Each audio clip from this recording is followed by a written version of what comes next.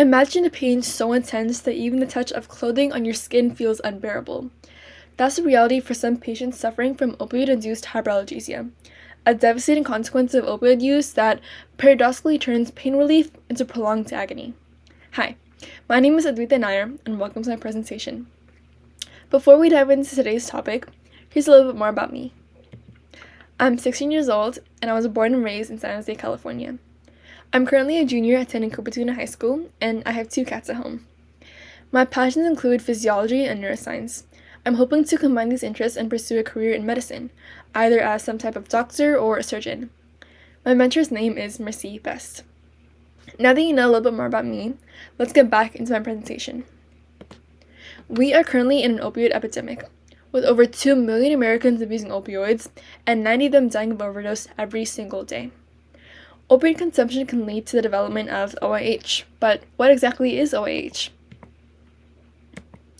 OIH is defined as a state of nociceptive sensitization caused by opioid exposure, observed historically in patients receiving morphine for pain relief. To put it into more simpler terms, OIH is a state of being extremely sensitive to pain. This response highlights a key issue in chronic opioid therapy, where analgesic treatment, in other words, pain-relieving treatment, can actually lead to heightened pain sensitivity. OIH complicates pain management efforts, as patients may require escalating doses of opioids to achieve the same level of relief, thereby increasing the risk of dependency and overdose. Patients suffering OIH have recorded pain perception increased to such an extent that even the feeling of clothing on the body is a painful sensation. The interplay of various systems and mechanisms in the brain that all contribute to OIH is complex, but has yet to be extensively reviewed. The main mechanisms I hypothesize to contribute significantly include the dorsal root ganglia, also known as the DRG, glial cells, and neuropeptides. So let's gain a proper understanding of these mechanisms on their own for a more thorough understanding of how they work together. I'll now be reviewing important definitions of various terms relating to OIH. First, we have the term nociceptive. Nociceptive means pain perceiving.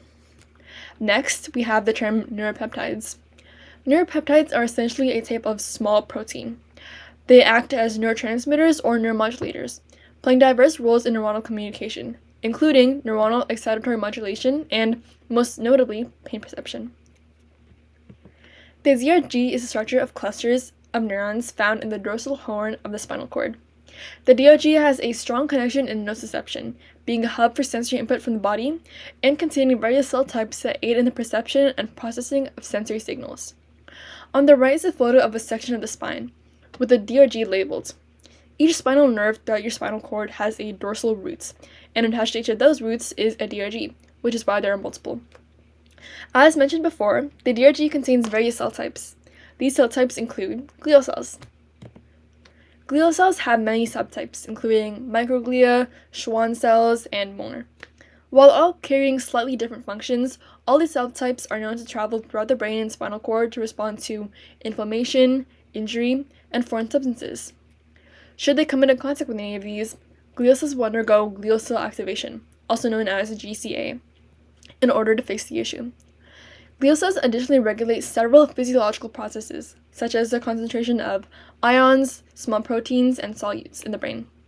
While undergoing GCA, glial cells can potentially cause a dysregulation of those ions, small proteins, and solutes, while under all that stress from the activation. Now that a thorough overview of several systems in the brain that all affect pain have been established, let's dive into their intersection. So, opioids can be classified as endogenous or exogenous, but what do these terms mean? Endogenous opioids are opioids that originate from within the body, and exogenous opioids are opioids that originate from outside the body. A great example of exogenous opioids are drugs like heroin, fentanyl, and morphine. Endogenous opioids include but are not limited to endorphins and enkephalins. They carry functions covering metabolism, cardiovascular regulation, and most notably, pain perception. Endogenous opioids bind to endogenous opioid receptors in the brain to carry out some of these aforementioned functions. Here's a visual of this happening. We can clearly see that blue endogenous opioid binded, as well as the receptor experiencing a regular amount of stimulation. During consumption of opioids, however, exogenous opioids will enter the bloodstream and take the place of endogenous opioids by binding to those receptors. Here's a visual of that. As you can see on the right side, that orange exogenous opioid stole the spot on the receptor, and it looks like this receptor is experiencing less stimulation. Why is that? Well, exogenous opioids cause an inhibitory effect on the surrounding neurons. It stops the release of the neurotransmitter glutamate from the receptors, which effectively halts communication between receptors, and all of those aforementioned functions of the receptors are now not being carried out by the brain. So when it comes to certain functions like nociception, the brain will stop perceiving pain. This phenomenon aids in a feeling of a high while under opioid consumption. However, after that high is over, endogenous opioid receptors will have grown accustomed to feeling barely stimulated.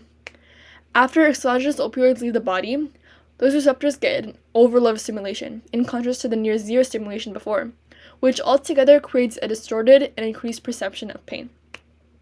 So we understand how OIH works when it comes to opioid receptors, but how do the aforementioned mechanisms like neuropeptides, glial cells, and the DRG tie into this? Let's explore further. Opioid use undoubtedly has negative effects on the human body, ranging from physical to psychological changes. While under the influence of opioids, the brain experiences a new kind of stress.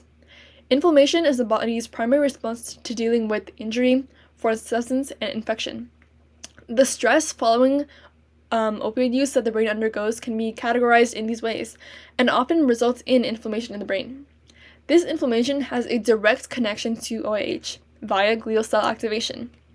Glial cells, specifically macroglia and astrocytes, interact closely with neurons to modulate pain. Glial cells are in charge of regulating that inflammation and eliminating it, and they do so by undergoing glial cell activation. In the DRG, glial cells become activated in response to signals from nociceptors that are injured or inflamed due to their opioid use. These glial cells release pro-inflammatory cytokines and chemokines that further sensitize the nociceptors, leading to increased pain perception. GCA enhances peripheral sensitization, which is increased sensitivity at the injury site, and it enhances central sensitization, which is increased sensitivity of pain signals within the central nervous system. This process involves the dysregulation of nociceptive neuropeptides, which are crucial for transmitting pain signals. While under all that stress from opioid use and fighting to respond to inflammation, glial cells undergo GCA. We know that. However, while this is happening, neuropeptides that are released from sensitized nociceptors not only induce local inflammation, but also are influenced by glial cell activation, creating a feedback loop that exacerbates pain.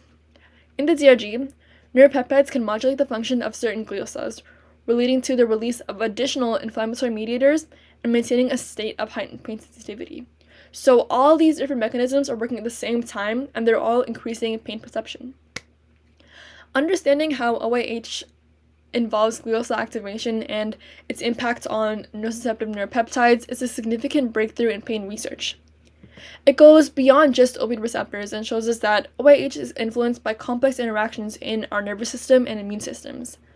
This understanding not only improves our theoretical models of pain, but also suggests a new way to treat it. For example, by targeting glial cells, we might find better ways to manage hyperalgesia or even further research in pain perception. In conclusion of this review on OIH, it becomes clear that our understanding is evolving beyond traditional understandings of pain pathways and pain management. By uncovering the roles of glial cells in regulating neuropeptides, this review opens a door to further investigation of this condition. That concludes my literature review and my presentation. Thank you all so much for your time and for listening.